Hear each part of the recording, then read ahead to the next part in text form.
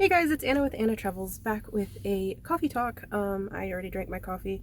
I've been in the car for a while. Coffee talk is generally like when I talk about travel related stuff in a more like casual sit down manner, not like a travel vlog. So today, if by the title you're here because I am getting global entry.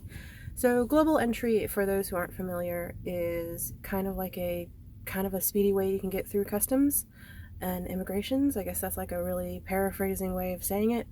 Um, you can also get TSA PreCheck part of it, and if you're traveling internationally, it's actually a pretty good idea. I think TSA PreCheck is only $75, it's only domestic flights, but if you do global entry, it's a $100 application, and you get, to speed through customs. Now, just because you can go through the kiosk when you come back in country doesn't mean that you won't be randomly searched for anything. Sometimes they will pick you if you look a little sketchy that day. You're bringing something you shouldn't be in and you look guilty. They might do random checks still. And I had planned to get it a little bit earlier, but with COVID, I wasn't really, traveling internationally too much, so and my TSA PreCheck actually ends at the end of February, so I got my application in. The application process was pretty simple. It's $100. They pretty much ask you your name, where you've traveled, where you've lived, where you've worked, and I have heard that normally if you have TSA PreCheck, you will kind of get approved. It just depends on your application. So I got I got conditionally approved last night. There was absolutely no interview spots for like months. With an hour of me. With an hour, I have Reagan, Richmond, and Dulles. Like an hour and a half. So I had to broaden my search. Maryland, which is BWI, was like 2 hours away. They had nothing till July. The only thing available was Norfolk, which is 2.5 hours away. And it was for like the next day. And since I recently got unemployed, I got laid off, recent layoffs with our company. I was like, shoot, might as well.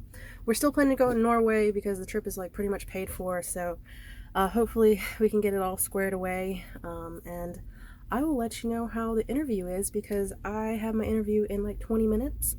I do know that you're supposed to bring your driver's license, your passport, something else that supports where you've lived.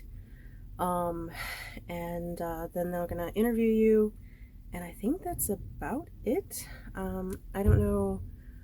I don't know if there's anything else. I guess I'll find out. I also brought my my birth certificate just in case. So I should get to the interview. So I'll see you guys in a few. I'll let you know how it went, and I'll talk a little bit more about global entry.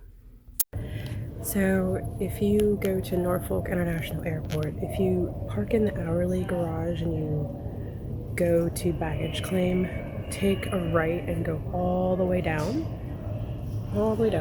that hall, and eventually you'll hit where they are. Apparently, the lady, she was so super kind. I don't know what you call Border Patrol agents. I don't know, agents or are they sergeants? I have no idea. But Border Patrol agent Miss Horn, I don't know her name, was very, very awesome, very kind. She actually said that they just literally started this whole thing last week because there's such a backlog that they actually opened up Norfolk as an option. So there's like no, like, because I was also like kind of used to I'm not sure if it's Reagan or Dulles or both. Like, usually there's signs where the Custom and Border Patrol is, but there's like no signs anywhere. And I think it's because they just kind of just put them down in the hall. The appointment literally took like 10 minutes.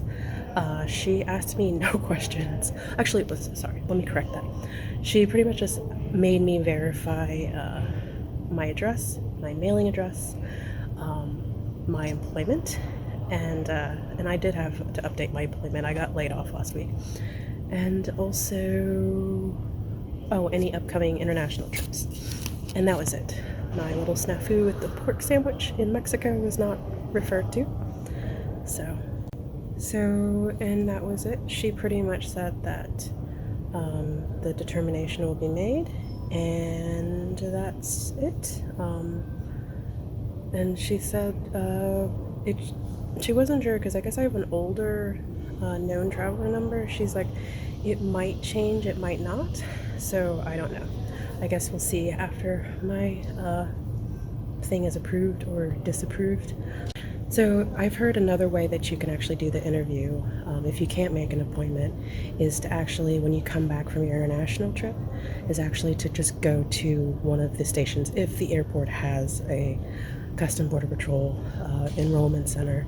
But you will be seen after the appointments, and I don't know what the hours are, so you just have to make sure that they're actually seeing people. Hey guys, so I actually thought that it would take a lot longer to get approved for global entry, but I did my interview on Friday at 11:30, and Sunday at like 2:30 p.m. I got approved. So I'm 100% approved. So TSA pre-check, yay! Global entry, yay! So I am all set to go for my trip in Norway. Trying to get my husband to do it because I don't think I mentioned this before, but certain credit cards actually will reimburse you for global entry or TSA pre-check if you decide to just get TSA pre-check. So we have our travel card is Capital One, and so it's Capital One Venture. So not all of them reimburse you, but the Venture one does.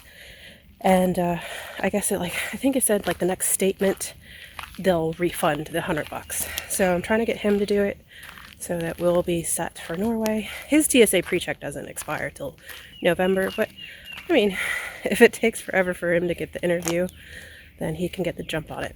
But anyways, that was it for this video. I hope you like and subscribe. As of whatever this video will be posted, still going through my Disney Wish videos, and then hopefully it will be Norway the series. And yes, anyways, like and subscribe. See you guys next time.